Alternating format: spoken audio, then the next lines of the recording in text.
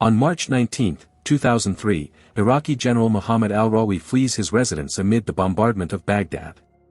Before leaving the compound, he hands a notebook to his aide, Syed, instructing him to warn the officers to move to their safe houses and await his signal.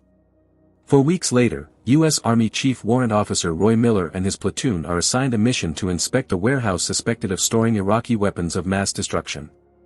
Miller briefs his men about the location, a military storage facility. Based on intelligence, the site may contain nerve agents, choking agents, live pathogens, and chemical-tipped missiles.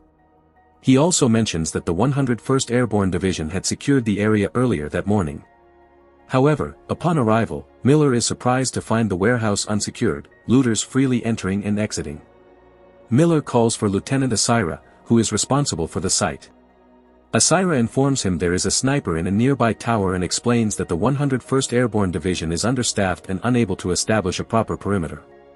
Miller then gathers his men and instructs them that the weapons are supposedly located in the northwest corner of the compound, while the sniper is positioned on the 5th floor of the southeast corner. Miller devises a plan to lure the sniper out so they can neutralize him. After eliminating the sniper, Miller discovers that the warehouse is empty. Confused and frustrated, he remarks that this is the 3rd time they've come up empty despite intelligence supposedly sourced from the United Nations. Miller later reports to Colonel Bethel that the intelligence they are relying on is unreliable and constantly misleading. Bethel warns him not to stir up trouble, stressing the immense pressure to find something tangible for media coverage back in Washington. He dismisses Miller's concerns and orders him to simply follow commands. During a subsequent briefing, Captain Jonathan Vaught states that they will continue targeting high-priority sites, since the public back home is anxiously awaiting confirmation that such weapons have been found. He explains that a detailed media plan is already in place with major US and UK outlets to ensure coverage of the good news. Miller raises his hand and points out that much of the intelligence he's been given is inaccurate and anonymous in origin. Senior officials quickly dismiss his objections, insisting that the intelligence is solid. Miller persists, reminding them of the Diania site the previous week, where the 101st suffered casualties securing the location, only to find it was merely a toilet factory. He stresses that there is a disconnect between the intelligence they receive and the reality on the ground. The officials remind him that his job is to execute orders, not to question how intelligence is gathered. The next mission is directed at the Al-Mansur site. After the briefing, CIA officer Martin Brown approaches Miller, introduces himself, and asks whether he will be heading to Al-Mansur. When Miller confirms, Martin warns that it will be a waste of time, as the site had already been inspected by a UN biological team 2 months earlier and confirmed empty. He hands Miller his card, tells him he's right, that things don't add up, and instructs him to call if he finds anything. Meanwhile, U.S. Department of Defense official Clark Poundstone welcomes exiled Iraqi politician Ahmed Zubaydi at the airport. There, he is approached by Wall Street Journal reporter Lori Dane, who requests to speak with him directly, but Poundstone brushes her off. Poundstone is under orders to install Zubaydi as head of the Iraqi government. He states that an Iraqi Freedom Convention will be held in the Green Zone the following day, with representatives from the 3 main groups, Kurds, Shia, and Sunni, each vying for influence. By contrast, CIA officer Martin Brown argues that Zubaydi, who has been in exile for 30 years, has no legitimacy in Iraq. Poundstone insists that Zubaydi is the best candidate for a stable democracy, since he has long assisted the US and provided valuable information. Martin rejects this, claiming that Zubaydi has been feeding them false information for years and cannot be trusted. When Poundstone accuses Martin of casting doubt on every piece of evidence to the point of stalling progress, Martin responds that they cannot simply hand the country over to an exile unknown to the Iraqi people. He emphasizes that the Iraqi army must play a role in stabilizing the nation. Elsewhere, an Iraqi civilian who calls himself Freddy spots a group of senior Ba'ath party officials entering a house. Freddy quickly gets into his car and drives away. Inside the house are General al-Rawi and his officers. The host, said, states that the latest information indicates Saddam has fled, the Americans will occupy the entire country, and they face difficult choices. He concludes that the decisions they make now will determine Iraq's future. While Miller inspects yet another unpromising site, he hears suspicious noises. Investigating, he finds a man pinned to the ground by Sergeant Wilkins. The man turns out to be Freddy. Wilkins explains that Freddy wants to speak directly with Miller. After being calmed down, Freddie says that he saw high-ranking Ba'ath Party officials meeting in a nearby house. When Miller asks why he should believe him, Freddie simply replies that he just wants to help. Miller then decides to take him along and orders his men to use Freddie's car and secure another vehicle, since approaching in their Humvees would alert the Ba'athists from afar. Miller gathers his men and briefs them on the plan.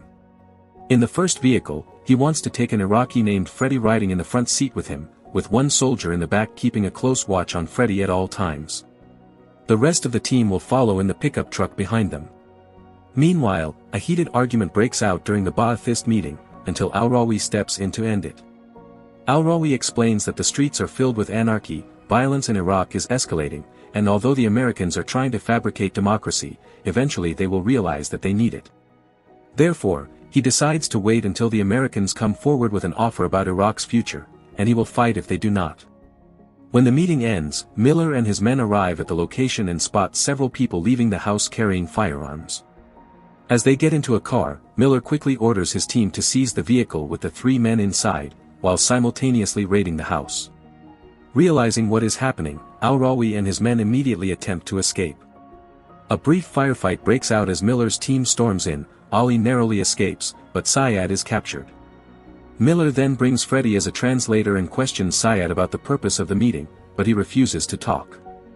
Miller confiscates al-Rawi's notebook and brings Syed back to camp to ask if he knows anything about weapons of mass destruction and their whereabouts. Syed responds that only al-Rawi knows such things. When Miller asks how to find him, Syed agrees to reveal his location only if Miller can protect his family. Miller accepts. Before Miller can extract more, however, Syed is taken away by Special Operations Forces. Miller secretly keeps al-Rawi's notebook. As he is led away, Syed mentions that his notebook was confiscated by Miller. This prompts the Special Operations leader to confront Miller about whether he has it. Miller denies it. Tensions rise, and in the scuffle Miller discreetly hands the notebook to Freddie to hide. Once convinced that Miller doesn't have it, the Special Operations unit leaves. Soon after, Miller realizes that Freddie has disappeared with the notebook.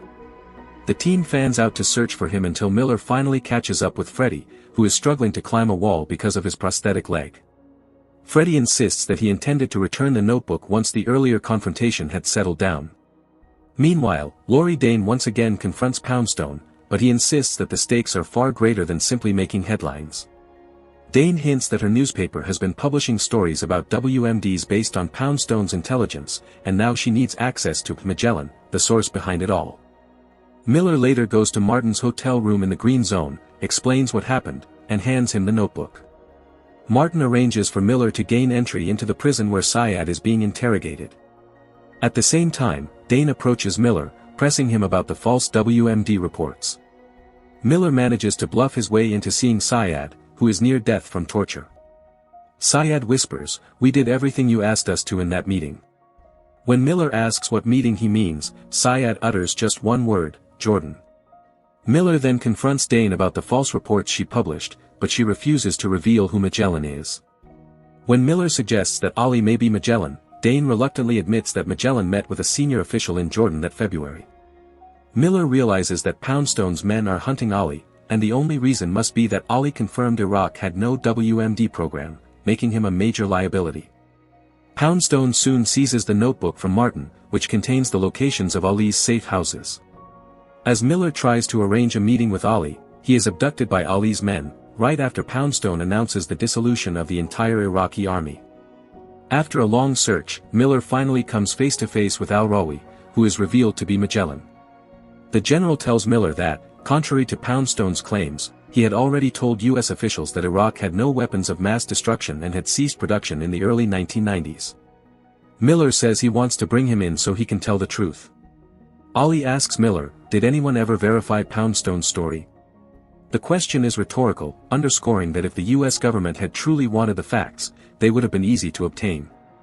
But, as Ali puts it, "Your government wanted to hear the lie, Mr. Miller. They wanted Saddam removed, and they did whatever was necessary." Shortly before their meeting, the U.S. disbanded the Iraqi army, placing the general in a precarious position. Al-Rawi explains that when he came forward with his information, he was promised a role in the new Iraq. But now he realizes he was only a pawn for Poundstone and his associates, and will be discarded at the first opportunity. Poundstone's men then assault the locations listed in the notebook.